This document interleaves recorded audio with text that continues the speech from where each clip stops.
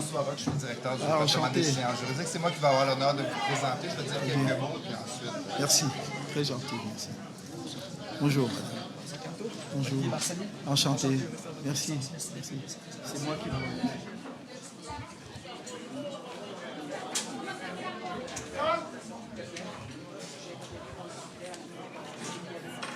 Oui, c'est bon.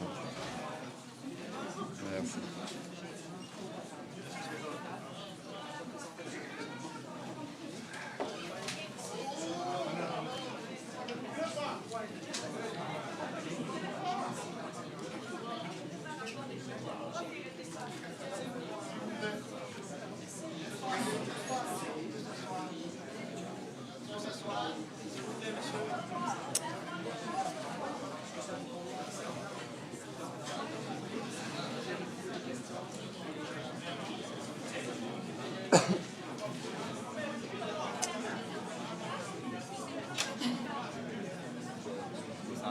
Oui, ça va bien.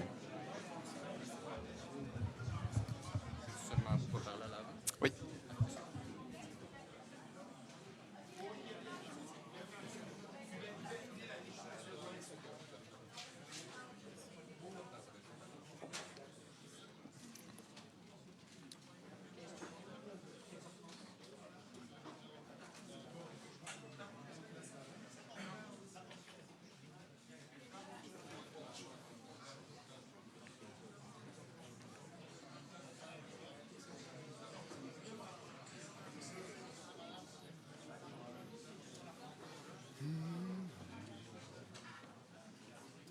Je peux y aller?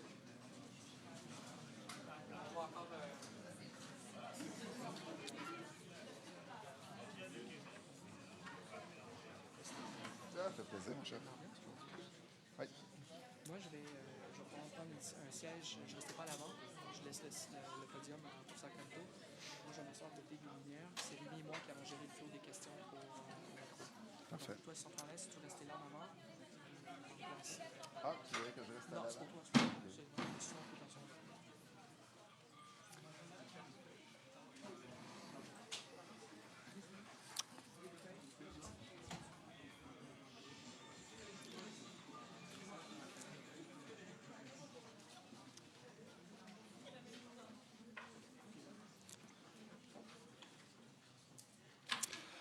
Distingués invités, chers collègues, chères étudiantes, chers étudiants, chers amis, je me présente, François Roch, je suis le directeur du département des sciences juridiques à l'UQAM et vice-président de la Société québécoise de droit international. Je remercie tous les organisateurs de l'événement. Notre invité est avocat, universitaire et ancien ministre délégué de la Justice du Cameroun. Grand internationaliste et figure marquante du droit international contemporain, le professeur Camteau dirige depuis 2012 le principal parti de l'opposition de son pays. Donc, c'est à la fois un grand juriste, mais aussi un homme politique, comme vous le savez. Et c'est le mouvement pour la renaissance du Cameroun. Membre et conseiller juridique de la délégation camerounaise à la conférence diplomatique de Rome pour la création de la Cour pénale internationale, il fut de 1999 à 2016 membre puis président de la Commission du droit international, l'un des cénacles les plus prestigieux pour les juristes internationalistes.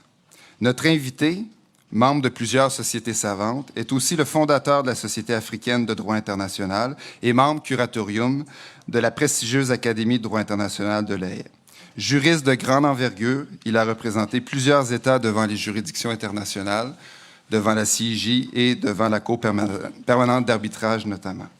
Vous comprendrez que c'est un immense honneur pour l'UQAM et pour le département des sciences juridiques, de même que l'Institut d'études internationales de Montréal et le CEDIM, d'accueillir le professeur Maurice Camteau. Je vous souhaite à tous et à toutes une agréable conférence. Vous aurez compris que malgré les quelques 50 degrés Celsius qui séparent Montréal et Yaoundé en ce moment, je pense qu'il y a un rapprochement qui s'opère. Donc, merci beaucoup, professeur Camteau, de vous être déplacé à Montréal et d'avoir bravé la tempête, comme toutes les personnes qui sont dans l'assistance. Donc, bonne conférence à tous. Merci.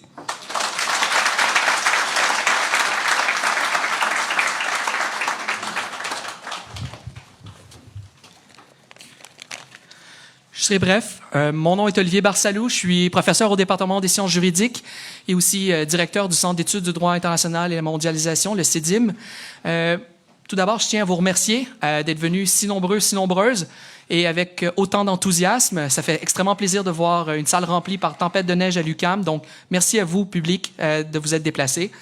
Je tiens, à titre de rappel, à souligner que l'IEIM et les techniciens à l'arrière vont capter l'événement aujourd'hui, donc une captation vidéo et sonore, et l'événement sera en Facebook Live, et diffusé donc simultanément donc sur Facebook.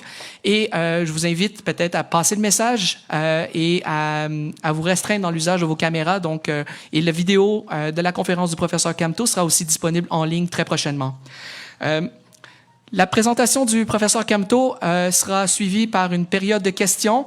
L'événement devrait durer 90 minutes environ et se terminer vers 15h30.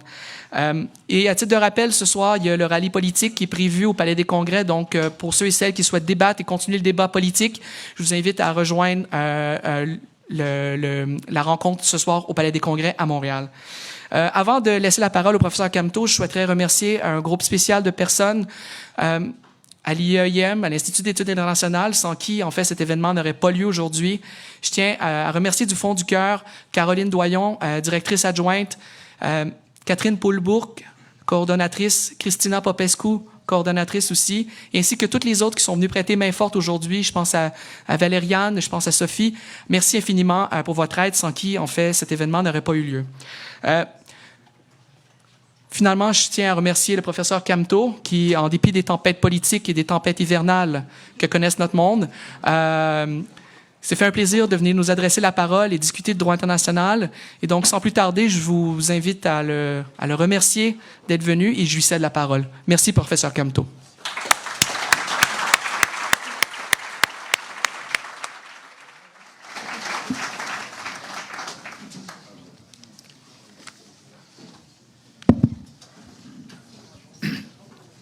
J'hésite entre rester ici et me tenir debout. Je crois qu'il est plus simple que je me mette debout.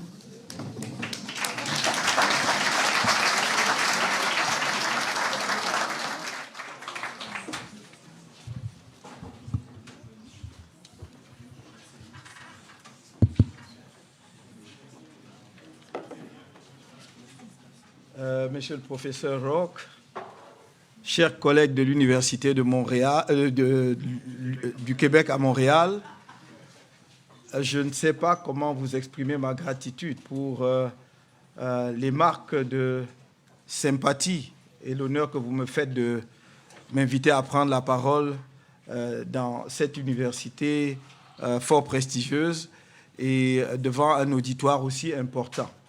En général, des conférences de cette nature se tiennent devant un public beaucoup plus restreint, 40, 50, voire 100 personnes maximum. Là, on a tout un amphithéâtre entièrement plein. C'est donc pour moi l'occasion de remercier ceux nombreux qui se sont donné la peine, en dépit justement des intempéries, d'être là cet après-midi. Lorsque Alain Guy Sipo Tachou, pardon. Il va me pardonner, j'ai toujours eu quelques difficultés avec son deuxième nom, m'a parlé de la possibilité de cette conférence et m'a demandé d'indiquer le thème d'une conférence. J'ai beaucoup hésité entre les thèmes classiques, les sujets classiques. J'aurais pu parler des obligations en droit international, notamment d'une question débattue au moins depuis 1966 avec la Convention des Nations Unies sur les traités, c'est-à-dire la notion des obligations de jus cogens, sujet encore en discussion devant la Commission de droit international, dont on ne sait finalement pas quel est totalement le régime. Donc j'aurais pu trouver là un bon prétexte de revenir là-dessus, dans un monde où de plus en plus d'obligations objectives émergent, notamment dans le domaine du droit de l'homme. J'aurais pu parler aussi, et ça, j'en ai eu la tentation, d'un sujet touchant à la protection de l'environnement, qui est un sujet d'actualité, dans un monde où nous sommes tous interpellés par le futur de notre planète. Et puis je me suis dit, il y a là un sujet abandonné, oublié, comme si, en fait, la décolonisation était achevée. comme si, après 1960, il n'y avait plus rien à dire sur le phénomène colonial et la décolonisation. Et en y regardant de près, je me suis dit, finalement, je vais montrer que le sujet et la question est toujours devant nous. Elle a évolué, l'acuité n'est plus la même que dans les années 1960 à 70. Pour autant, les questions ne sont pas résolues, les questions fondamentales demeurent. Et donc, j'ai proposé à mes collègues, que je pourrais appeler, je l'espère, dans un proche avenir, des amis de l'Université du Québec à Montréal, ce sujet, droit international et décolonisation inachevé. Droit international et décolonisation inachevé. Parce que ce n'est pas achevé. On a pensé que le Conseil de tutelle des Nations Unies était devenu une institution obsolète, que le comité de décolonisation même n'avait plus sa raison d'être, qu'après l'indépendance des pays comme l'Angola, la Namibie en particulier, après une rude bataille des États africains contre l'Afrique du Sud, avec les États de la ligne de front, l'OUA, puis aujourd'hui l'Union africaine, pouvait se reposer de luttes acharnées depuis de plusieurs décennies pour décoloniser l'Afrique. Il n'en est rien. Il n'en est rien parce que la colonisation a touché la totalité du continent. Et nous pouvons bien constater aujourd'hui que la totalité du continent n'est pas décolonisée.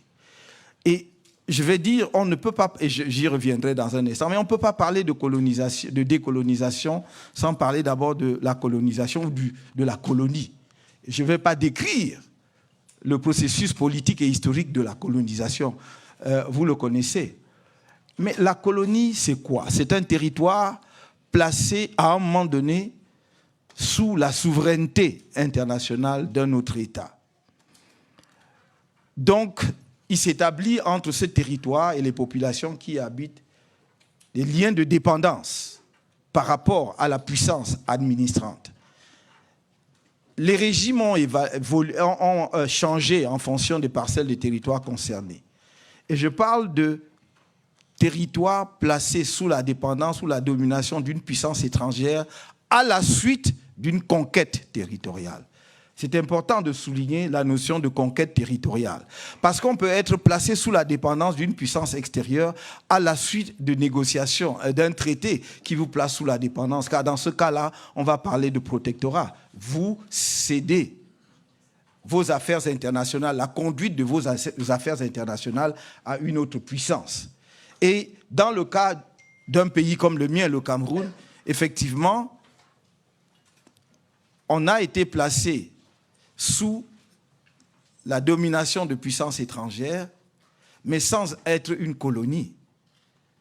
Parce qu'en 1884, les Allemands signent bien un traité avec ce qu'on a appelé les chefs indigènes, en fait, les rois côtiers. Et le 12 juillet 1884, le traité qui marque la présence coloniale allemande sur le territoire camerounais est signé, je dois le rappeler, est signé entre des firmes commerciales, la firme Voreman et les chefs camerounais, les chefs Douala locaux. Mais comment est-ce que cet accord commercial devient un traité international? Parce que le représentant de l'empereur allemand, Nachtigal, qui est en Afrique du Nord, fait le voyage à Douala pour, par sa présence, transformer un acte, j'allais dire, de droit privé entre les commerçants, la firme Voreman qui vend les tissus et toutes autres choses, avec les chefs indigènes, en un traité international. Bien entendu, plus tard, un certain nombre d'internationalistes occidentaux, gênés aux entournures par le déséquilibre de puissance qu'il y avait entre les territoires et les chefs locaux et les États européens déjà développés, vont introduire une nuance dans le régime de protectorat en distinguant le protectorat du droit interne du protectorat du droit international. Et on va dire, le traité entre les chefs indigènes et l'Allemagne était un protectorat de droit interne. Autrement dit, le Cameroun était placé sous le régime de droit interne allemand. Ce n'était pas un traité international. Mais c'est une, excusez-moi, c'est une fumisterie.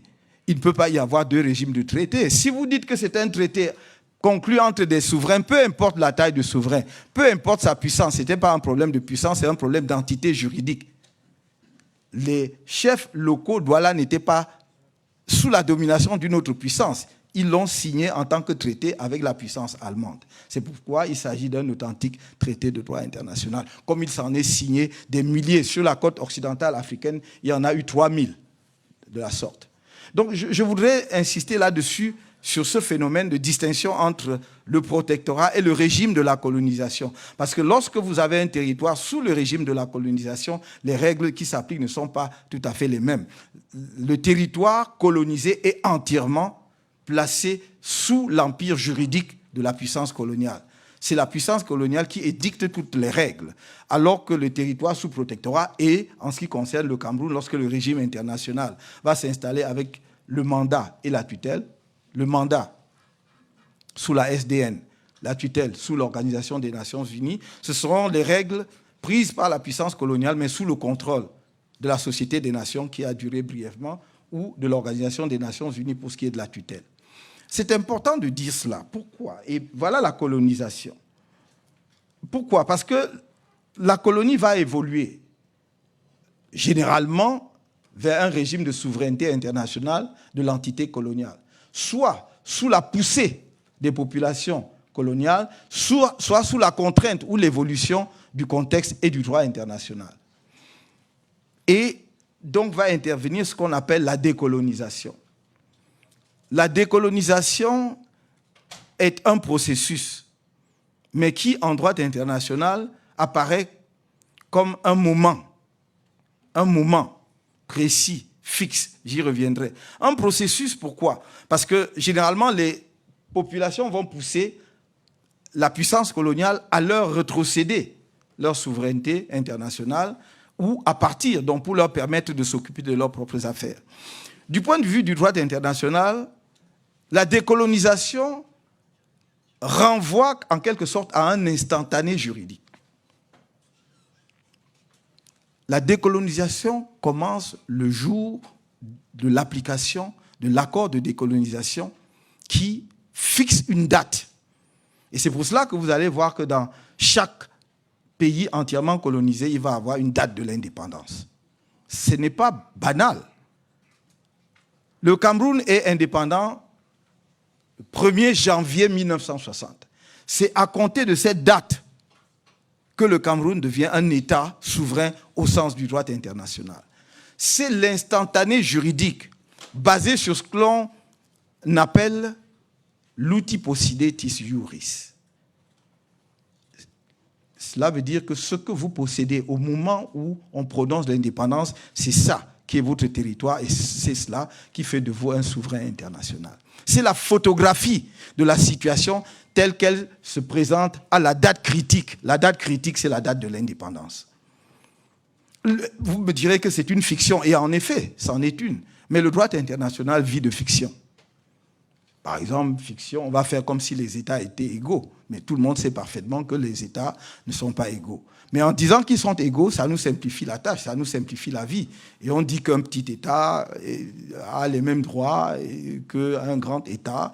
Mais bon, on sait parfaitement qu'ensuite, le grand État peut exercer sa puissance, sa pression ou d'autres formes de contraintes sur l'État moins puissant pour obtenir ce qu'il veut. Mais ça arrange le juriste de faire comme si tout le monde était égaux. Donc de la même façon, on va faire comme si, à la date d'indépendance, c'est ce jour-là que tout commence, comme par miracle. La personne qui hier était Premier ministre d'un territoire colonial devient le lendemain président d'un État indépendant. Oui, comme ça. Or, qu'est-ce qui se passe? Et c'est là que c'est intéressant. La même personne qui, la veille, n'était pas un chef d'un État, le lendemain devient un chef d'un État et peut donc signer des traités et accords pour le compte de cet État. Mais des traités et accords qui engagent cet État sur le plan international comme si c'était un souverain qui était là depuis longtemps. Vous voyez donc, dès le départ, j'allais dire, il y a un vice originel. Parce que pourquoi pensez-vous que Puisque les traités, l'un des principes fondamentaux en matière du droit des traités, c'est l'égalité entre les parties, la souveraineté entre les parties, la réciprocité. Cela suppose que vous soyez à armes égales pour signer les traités. Mais comment voulez-vous que moi, colonisé d'hier, 24 heures avant, j'étais un colonisé, le lendemain, je suis devenu un indépendant et souverain, je signe un traité avec la même liberté, avec la même connaissance, avec la même souveraineté que l'État qui est là, la puissance qui m'a administré pendant 20 ans, 30 ans, 50 ans, voire un siècle. Voilà le problème de la décolonisation. C'est cette fiction qui fait qu'à un moment donné, on croit que la décolonisation a tout réglé, alors qu'elle n'a rien réglé. Bien sûr, au 1er janvier, vous avez un drapeau, vous avez un hymne national, c'est parfait. On vous désigne d'ailleurs une capitale aussi. Mais on ne va pas bien au-delà de cela. Vous avez les attributs apparents de la souveraineté. Mais il vous manque la substantification de la souveraineté. Et donc, tout le problème du droit de la décolonisation par rapport au droit international vient de là. Et n'oubliez pas que le droit international et la pensée juridique internationale, notamment occidentale, qui est une pensée provinciale, c'est une région du monde qui projette sur le reste du monde sa propre vision du monde. C'est ça. Les principes, la souveraineté de l'État, tout ce que vous vous imaginez, c'est Grotius, Hugo de Groot, un Hollandais,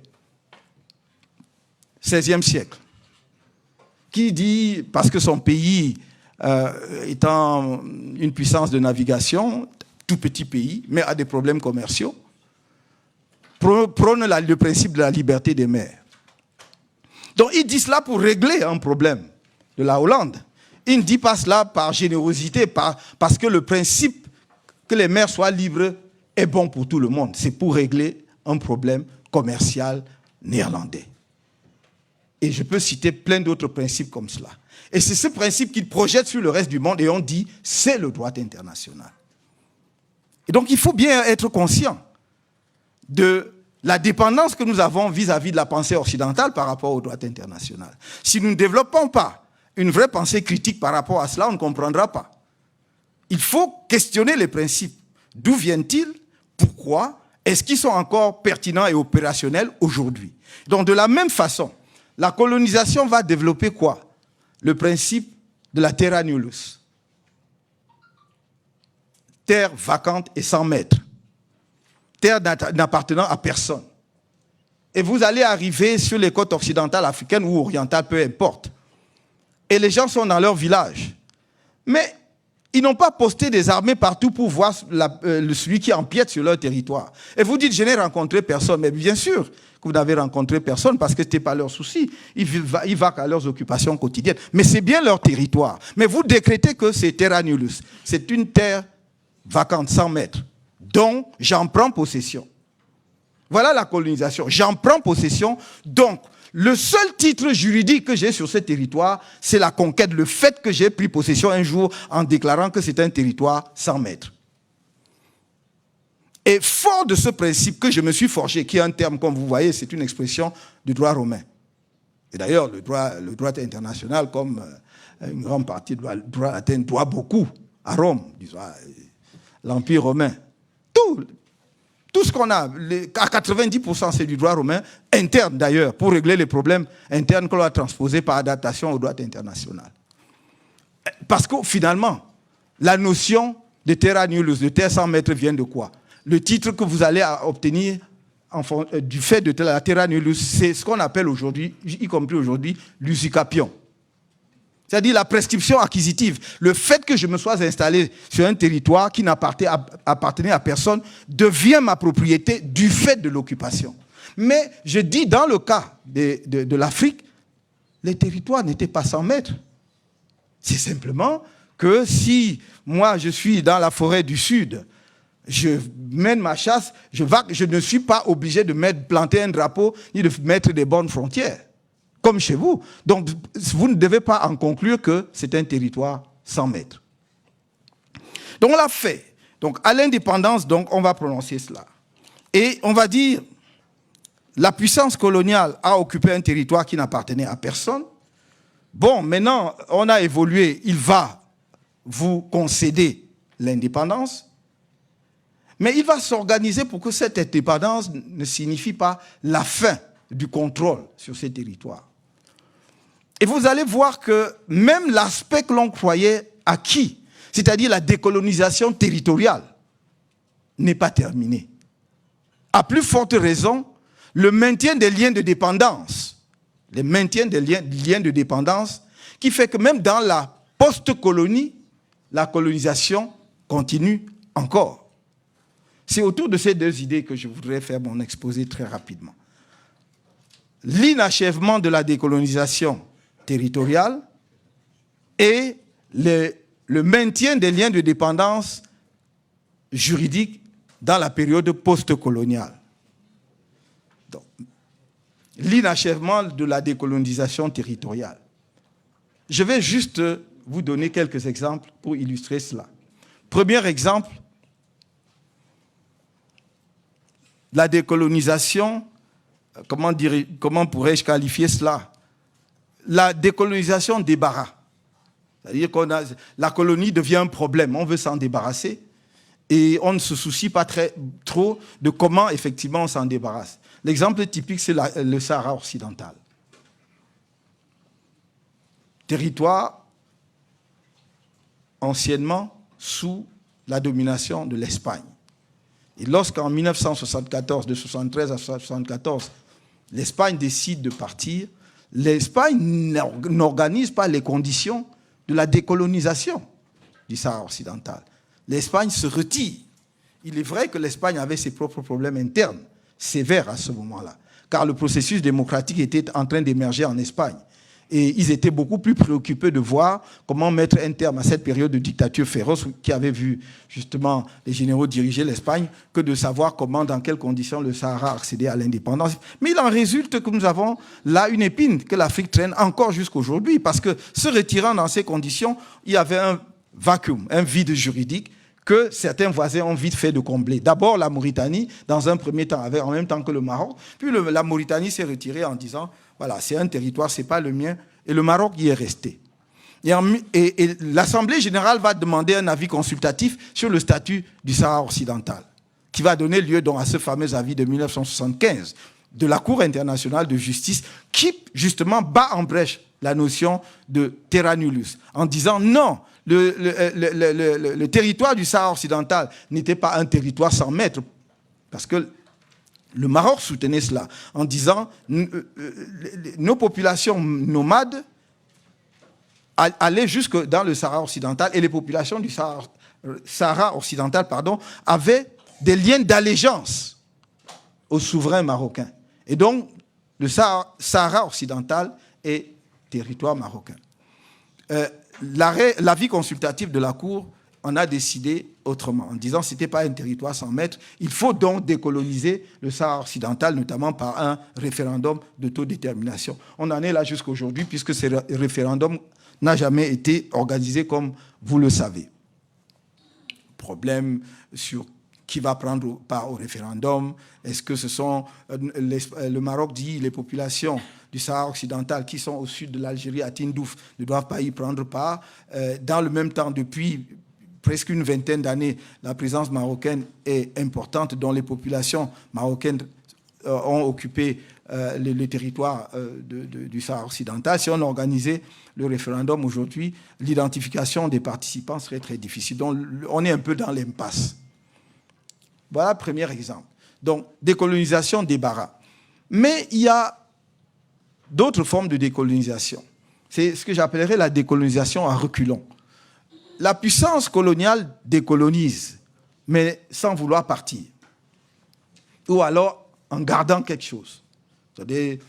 Et dans le cas des grands empires coloniaux, comme ceux de la Grande-Bretagne et du Royaume-Uni et de la France, on va essayer de garder quelques confettis de l'Empire. Et le cas le plus illustratif, c'est toujours en Afrique, notamment dans l'océan Indien. Dans l'océan Indien, vous avez, première situation, celle de l'archipel des Chagos. La Grande-Bretagne achète les Chagos à l'île Maurice en 1965. Mais l'île Maurice n'est pas indépendante à ce moment-là. Donc c'est à un territoire encore colonisé sous administration britannique, achète et installe une base militaire, concède ensuite donc l'île, notamment l'île principale, Diego Garcia, aux États-Unis pour construire une base militaire. Et cet accord devait durer jusqu'en 2016. Et en 2016, la Grande-Bretagne a renouvelé le traité jusqu'en 2036. Et c'est là que l'île Maurice dit non, nous sommes devenus un territoire, un État indépendant. Vous ne pouvez donc pas concéder quelque chose qui ne vous appartient pas. Donc là aussi, les deux parties, l'Assemblée générale des Nations unies a demandé un avis consultatif sur le statut de Chagos et l'avis consultatif a été très clair. C'est tombé le 25 février 2019, qui a été très clair en disant que la Grande-Bretagne doit plier bagage, donc on doit quitter l'archipel des Chagos le plus rapidement possible parce que c'est territoire de l'île Maurice. Deuxième exemple, dans l'océan Indien, c'est Mayotte. L'île de Mayotte fait partie des Comores, de l'archipel des Comores. En 1974, la France organise le référendum d'autodétermination dans les Comores. C'est un archipel composé de 4 îles. La Grande Comore, Moélie, Anjouan et Mayotte. Les populations des Comores votent. Dans les 3 îles, Grande Comore, Moélie et Mayotte, elles votent à environ 99% pour l'indépendance. Sur l'île de Mayotte, les populations votent à 63% pour le maintien dans la République française. Mais je dis bien, il s'agit d'un archipel, donc d'un seul État.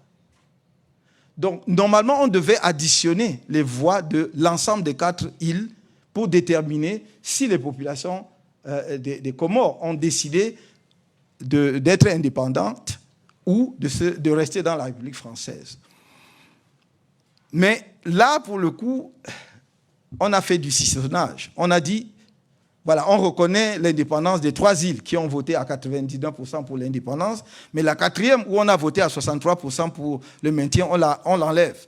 Et elle devient partie du territoire français. Et comme vous le savez, en 2011, on a départementalisé Mayotte, c'est-à-dire que Mayotte est devenu la 101e département de la France et 5e département d'outre-mer de la France.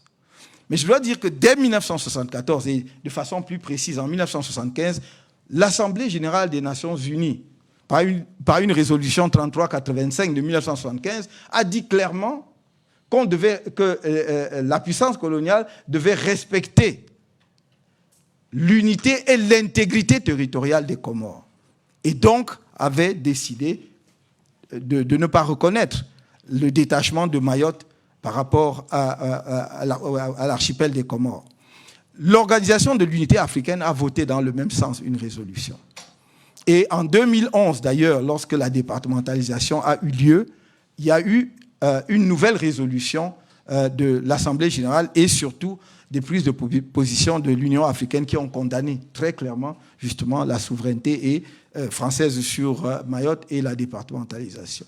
Vous voyez donc que par ce comportement, les puissances, qu'elles soient britanniques hier jusqu'à l'avis consultatif, on verra d'ailleurs ce que les Britanniques vont faire de cet avis, puisque un avis consultatif n'est pas un arrêt de la Cour internationale de justice, il n'est donc pas contraignant, même si en pratique, jusque-là, tout le monde respecte les avis consultatifs de la Cour internationale de justice. Je crois que la Grande-Bretagne n'a pas encore décidé clairement ce qu'elle entend faire de cette résolution. Donc que ce soit dans ce cas-là ou dans le cas de Mayotte, nous sommes dans une situation où le principe de l'autodétermination, le principe du droit des peuples à disposer d'eux-mêmes est battu en brèche. Donc il y a une rébellion de la puissance contre les règles du droit international quand ça les arrange.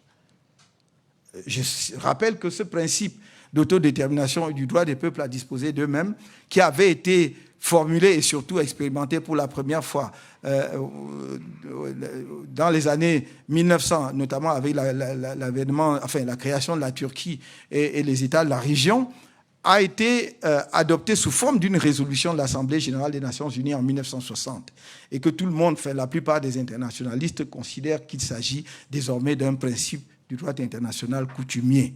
Et qui dit droit international coutumier dit une règle opposable à tous les États, d'ailleurs qu'ils soient partis à un traité ou pas.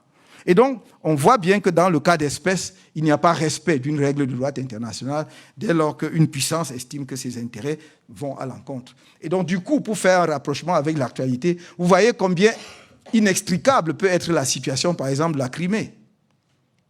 Si vous dites, vous condamnez un État parce qu'il a envahi la Crimée et il a étendu sa souveraineté là-dessus, alors que vous-même, vous devez être mal à l'aise parce que, bon, vous avez également, par le biais... Regardez très bien. Dans le cas de la Crimée, le pays qui a envahi la Crimée organise un référendum. On peut appeler ça semblant de référendum, peu importe, ça en est un, n'est-ce pas? Formellement, comme ailleurs. Donc il va vous opposer, bah oui, il y a un référendum, les populations de là ont décidé qu'elles veulent bien se rattacher à la Russie. Je ne vois pas au nom de quoi vous devez vous en offusquer. Et du coup, comme chacun a un cadavre dans les placards, on va dire, bon, voilà, il vaut mieux se taire. Bon, nous, on a fait là et on fait. Donc, il faut bien voir comment, effectivement, la puissance peut également à la fois être une source de protection et de défense du droit international, mais une source de désordre juridique international. Je ne vais pas m'attarder sur le cas des îles Éparses, parce que c'est une situation pendante. Les affaires qui sont pendantes, je n'en parle pas, parce que c'est aux instances internationales qui ont été saisies d'en décider. Mais les îles Éparses, c'est toujours dans l'océan Indien, au large de Madagascar. Madagascar a accédé à l'indépendance en 1960, mais sans les îles Éparses. Et comme vous le savez, le chef de l'État français récemment s'y est rendu et a déclaré que c'était un territoire français. Et donc, du coup, je crois que le problème est en train de rebondir très probablement. Je crois que les deux pays ont mis en place une équipe, une commission qui va en discuter, mais il n'est pas exclu que ça finisse devant la Cour internationale de justice. Voilà très rapidement. Je dois ajouter que ça, c'est la décolonisation territoriale. Mais il y a une conséquence importante de la décolonisation territoriale inachevée, ce sont les problèmes frontaliers auxquels donne lieu la décolonisation. Et l'Organisation de l'Unité africaine a essayé d'y répondre grâce à la résolution de 1964, dite résolution adoptant le principe de l'intangibilité des frontières héritées de la colonisation. Au fond, c'est la doctrine qui, progressivement, a parlé de l'intangibilité. Et la Cour internationale de justice, dans son arrêt de 1986, dans l'affaire du différend territorial entre le Burkina Faso et Mali, a consacré cela comme principe de l'intangibilité. Mais à l'origine, c'était le principe de l'immuabilité, c'est-à-dire les frontières héritées de la colonisation doivent être immuables. Intangible veut dire une fois pour toutes, né variété, ça ne changera jamais. Mais il faut bien comprendre que on ne peut pas interpréter cela comme des frontières qui ne peuvent pas bouger, puisque deux États souverains peuvent à tout moment décider de modifier leurs frontières. Donc c'est dans ce sens qu'il faut désormais entendre le principe de l'intangibilité. Et nous avons de nombreux conflits ou différents frontaliers aujourd'hui en Afrique comme conséquence d'une décolonisation qui, effectivement, ne s'est pas occupée de l'assiette territoriale du territoire nouveau. On s'est dit, voilà, c'est à peu près comme c'était généralement des ensembles faisant partie d'une même colonie. Si vous prenez l'Afrique équatoriale française et l'Afrique occidentale française, c'était un même ensemble. Et généralement, ce sont les limites administratives que les préfets ou les sous-préfets, après l'indépendance, mais surtout avant l'indépendance, le haut commissaire traçait entre les colonies qui deviennent frontières. Mais généralement, c'était des frontières imprécises parce que c'était un même État, un même empire, dont on n'était pas très soucieux d'être très, très précis sur les frontières. Aujourd'hui, que ces anciennes entités coloniales sont devenues des États indépendants, cela pose problème.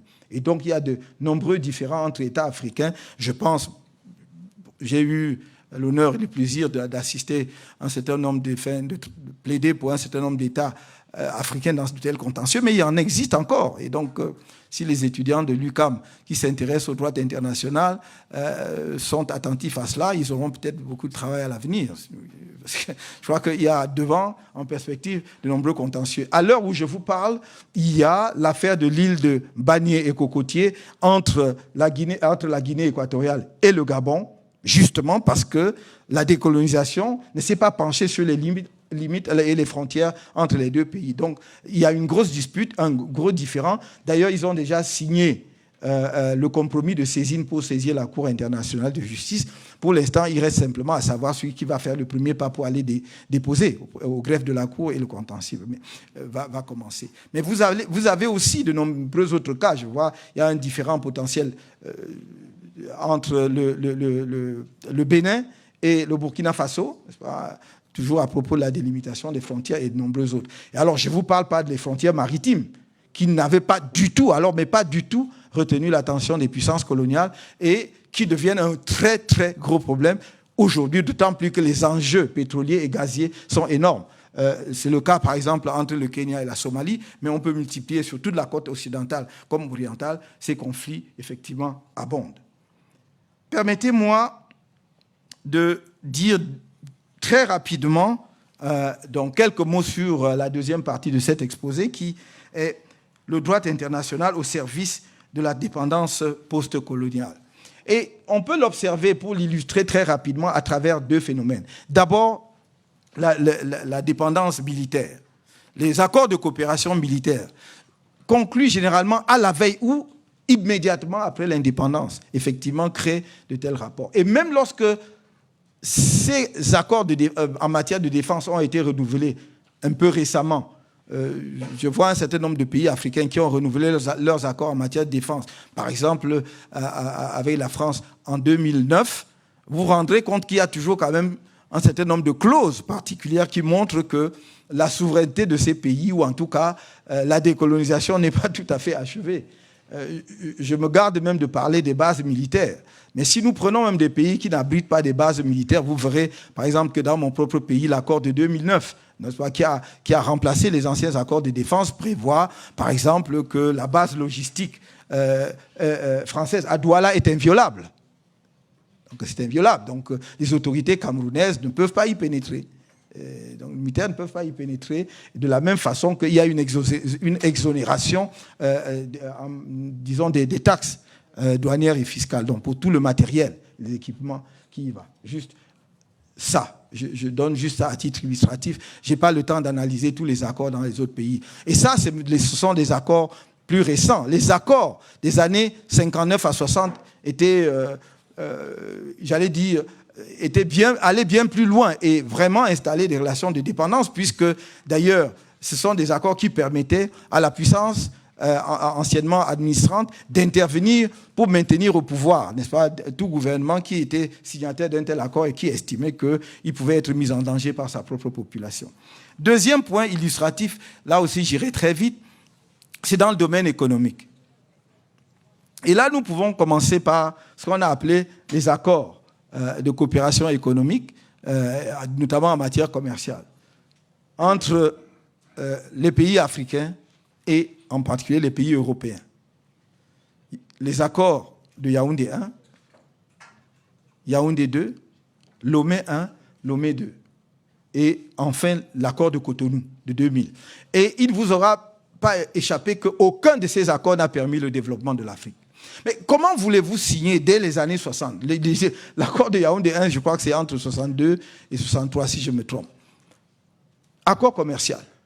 Le Cameroun ne produit encore rien sur le plan industriel et quelques produits agricoles. Ce qu'on a appelé les produits de rente, c'est-à-dire le cacao, le café, le thé, le coton. Et on vous dit, c'est un accord d'échange commercial. Sauf que, en fait, vous recevez tout et vous n'échangez rien. Et c'est ça. Et du coup, en même temps, le caractère pernicieux de ces accords vient de ce que ça vous spécialise. Parce que vous dites, j'ai un marché pour le cacao, alors donc il faut que je produise davantage de cacao parce que je vais bénéficier du marché qui m'ouvre justement les perspectives non douanières, non tarifaires. Vous allez donc produire toujours sans transformation. Ce n'est pas des produits industriels. Vous devez produire et renvoyer brut. Donc vous produisez beaucoup de cacao, beaucoup de café, beaucoup de coton, dont vous ne déterminez pas les prix. Hein? Après, on vous a chanté tout au long des années 70, vous n'étiez pas encore né, mais la détérioration des termes de l'échange. Qui détériore quoi? Vous échangez d'abord quoi pour que ça se détériore? Donc vous vendez le café, vous vendez le coton, et alors vous produisez que ça. L'industrie africaine est nulle parce qu'il y a eu cette spécialisation par le corset des accords, signés trop tôt. Et donc, vous avez vu que 40 ans, 50 ans, 60 ans d'accords n'ont permis à aucun pays africain de bouger. Maintenant, subitement, on vous dit, vous êtes devenu grand. Il faut signer des accords de partenariat économique avec l'Union européenne. C'est encore mieux. On va supprimer toutes les barrières tarifaires.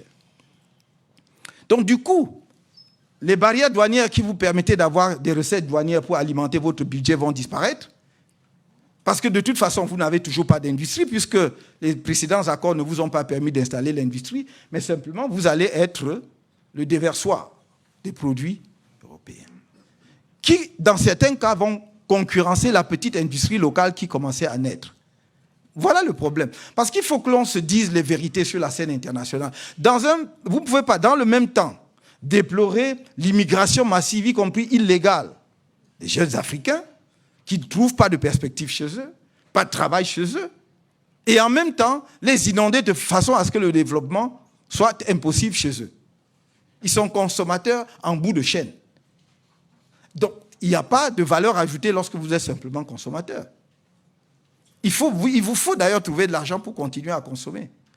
Donc, voilà pourquoi je mets ces accords-là au rang des accords postcoloniaux qui solidifie les liens de dépendance coloniale.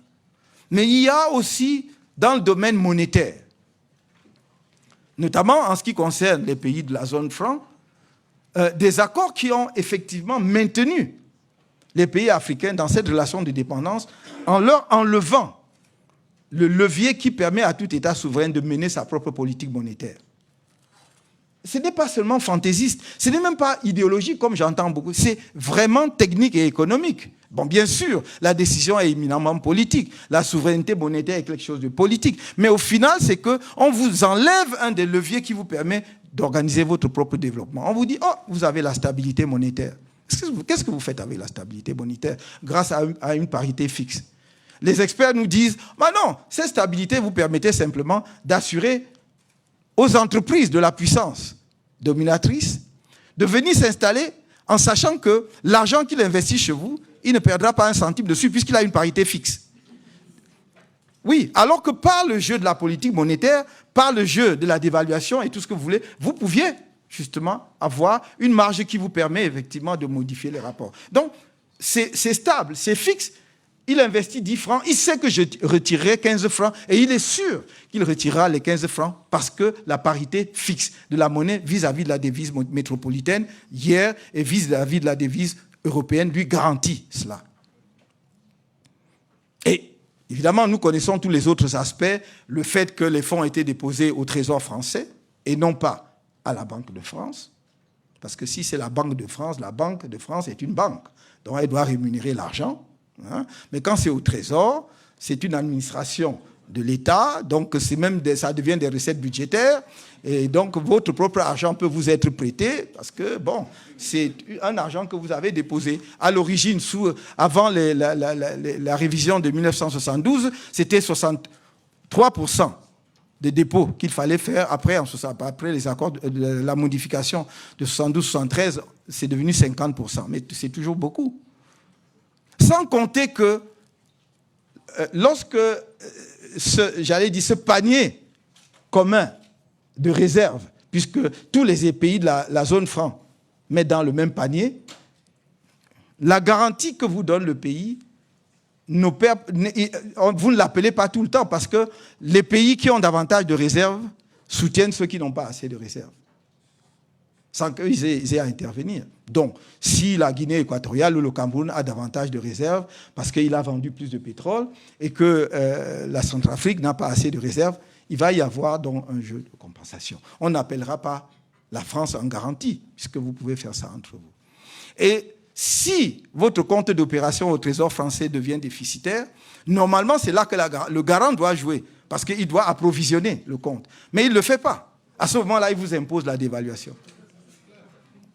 Donc, nous sommes là face à des accords et nous avons suivi dernièrement que quelque chose a commencé à bouger sur ce terrain-là. C'est bon, très bien, ça va dans la bonne direction. Moi, je dis, il faut voir ce que ça va donner parce que le diable est dans les détails.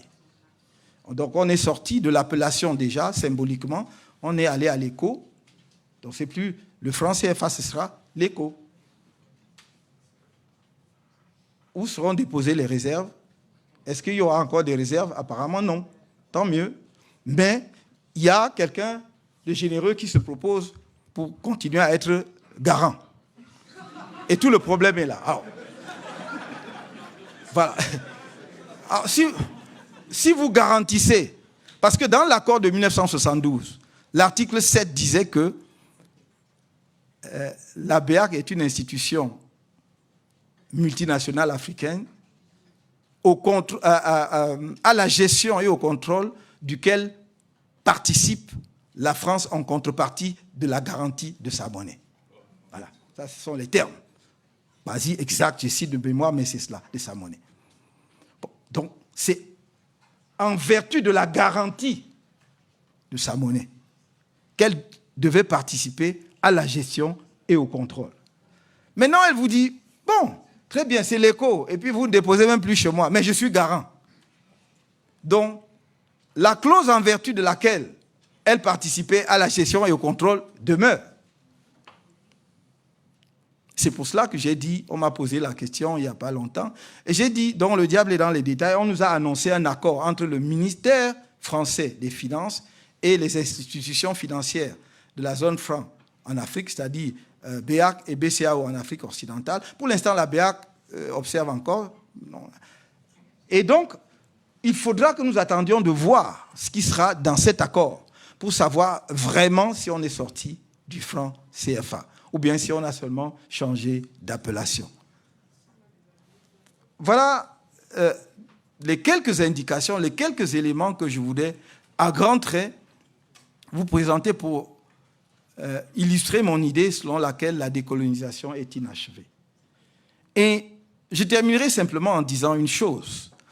Afin de permettre au droit international de jouer pleinement son rôle de règle organisant la vie dans la société internationale, il faut décoloniser le droit international.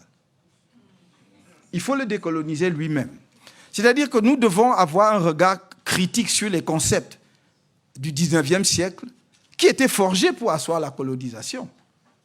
Ce n'était pas forgé abstraitement pour le plaisir intellectuel et spéculatif de créer des normes. C'était pour asseoir les intérêts et la colonisation.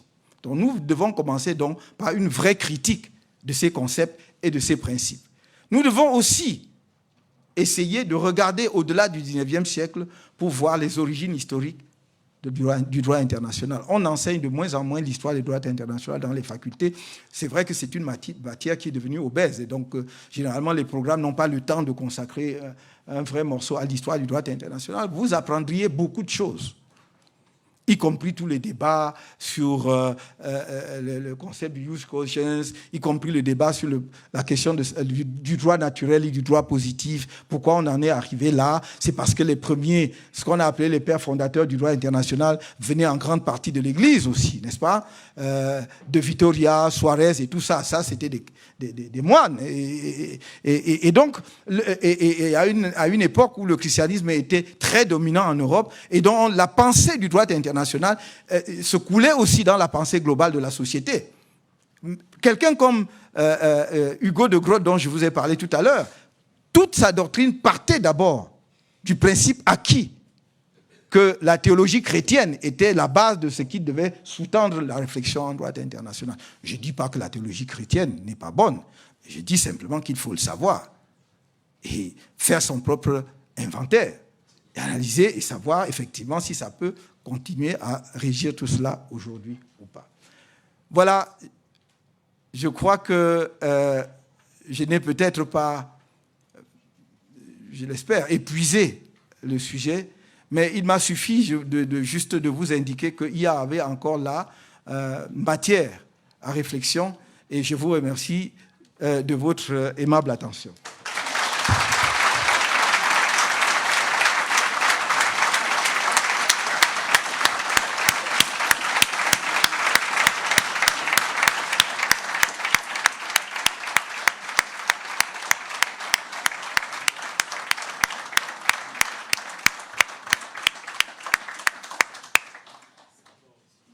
Merci, professeur Camteau, pour cette lumineuse et fantastique conférence. On a la salle jusqu'à 15h30.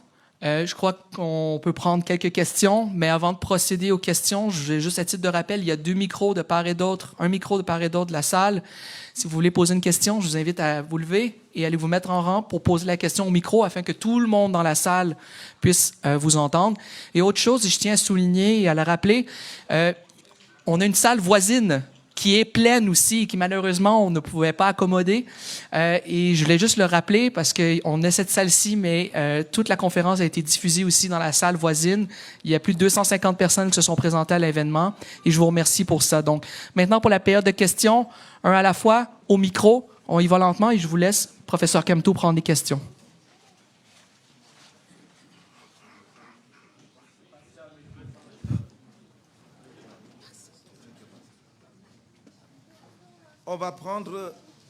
On prendra parce que notre temps est compté. Il ne faut pas abuser de la bienveillance de la faculté, fait de l'université. Nous avons jusqu'à la demi. Et donc, on va prendre 5 questions. Oui. Oui. Oui. Professeur Camteau, Oui. bonjour. Bonjour. Je suis Dr Meboumi Tandongo, Université d'Ottawa.